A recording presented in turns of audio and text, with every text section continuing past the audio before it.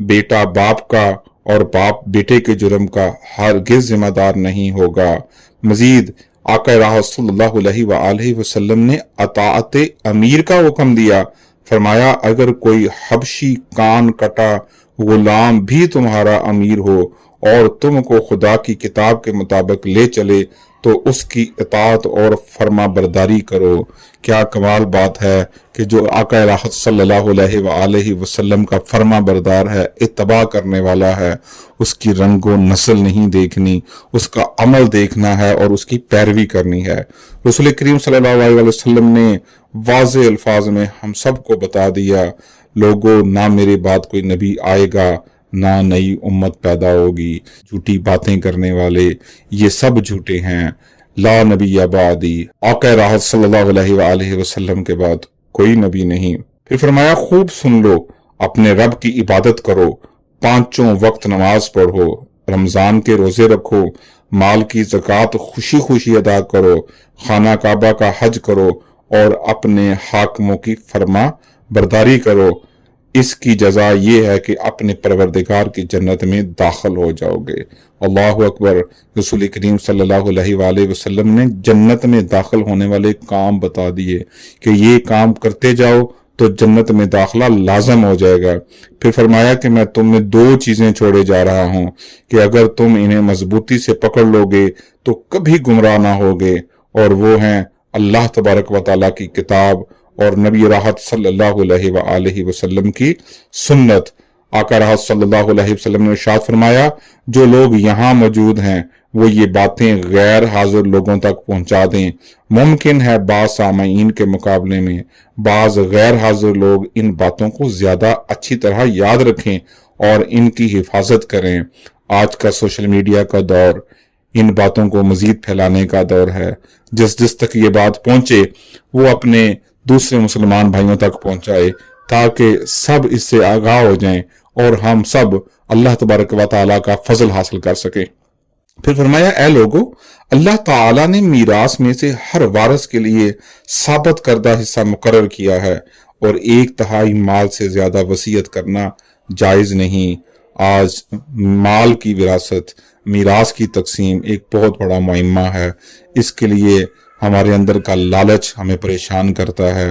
کہیں تو سارے کا سارا مال جو ہے وہ اللہ کی راہ میں دے دیا جاتا ہے اور وارثین کو محروم کر دیا جاتا ہے، اور کہیں وارث اپنے حق سے زیادہ حق لینے کے لیے اپنے ہی عزیزوں کا خون کرتے ہیں۔ اللہ تبارک و تعالی ہمیں سمجھ عطا فرمائے۔ آپ صلی اللہ علیہ وسلم نے مزید فرمایا کہ بچہ اس کا جس کے بستر پر نکاح میں تولد ہوا، اور بدکار کے لیے تو پتھر ہے۔ جس نے اپنے باپ کی بجائے کسی دوسرے کو باپ قرار دیا تو ایسے شخص پر اللہ اور فرشتوں اور تمام انسانوں کی طرف سے لعنت ہے۔ اس کے لیے قیامت کے دن کوئی عوض یا بدلہ نہ رکھا جائے گا۔ آج کا دن ایسا ہے کہ لوگ لے پالک بچے لیتے ہیں اور انہیں اپنا نام دیتے ہیں۔ یہ بات بالکل درست نہیں ہے۔ اسلامی شریعہ میں اس کی اجازت نہیں ہے۔ اس خطبہ میں نبی کریم صلی اللہ علیہ وآلہ وسلم نے 4 قابل احترام مہینوں کا بھی ذکر کیا، یعنی ذی القعدہ، ذی الحجہ، محرم اور رجب۔ آپ صلی اللہ علیہ وآلہ وسلم نے امانت کی ادائیگی کا حکم دیا اور فرمایا جس کے قبضے میں کوئی امانت ہے تو اسے اس کے مالک کو ادا کر دے۔ رسول کریم صلی اللہ علیہ وآلہ وسلم امین تھے اور امانتوں کو لوٹانے کا کمال حکم فرمایا۔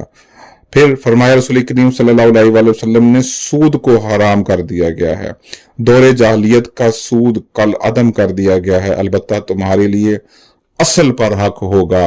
آج ہمارا نظام سود پر چلتا ہے، اسمبلیوں میں بھی سود کے خلاف آوازیں اٹھتی ہیں، مگر افسوس یہ ہے کہ جب سارا نظام سود پر چل رہا ہے تو اس کے مقابل کوئی دوسرا نظام نہیں ہے۔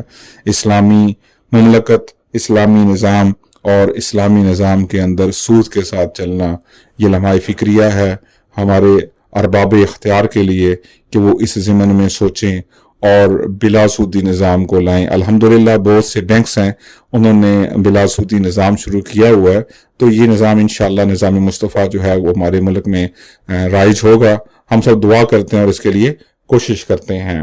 اس خطبہ کے اختتام پر رسول کریم صلی اللہ علیہ وآلہ وسلم نے لوگوں سے پوچھا، کیا میں نے تمہیں اللہ تبارک و تعالیٰ کا پیغام پہنچا دیا؟ تو سب صحابہ رضوان اللہ علیہم اجمعین نے بیک آواز جواب دیا۔ آپ صلی اللہ علیہ وآلہ وسلم نے اپنا حق ادا کر دیا۔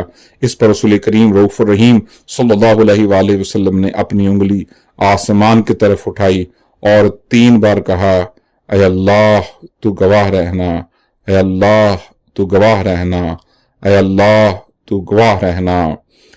یہ خطبہ آپ پڑھیں، سنیں، اس میں اصلاح عقائد اور اعمال، اتفاق و اتحاد کا درس، جاہلانہ رسومات کی بہکنی، سود کا خاتمہ، مکمل اور متوازن معاشی نظام کا تصور، صالح حاکم وقت کی اطاعت، نسلی امتیاز، قومی، علاقائی اور لسانی عصبیت اور رنگ و نسل کی برتری و کمتری کا خاتمہ فرمایا گیا ہے۔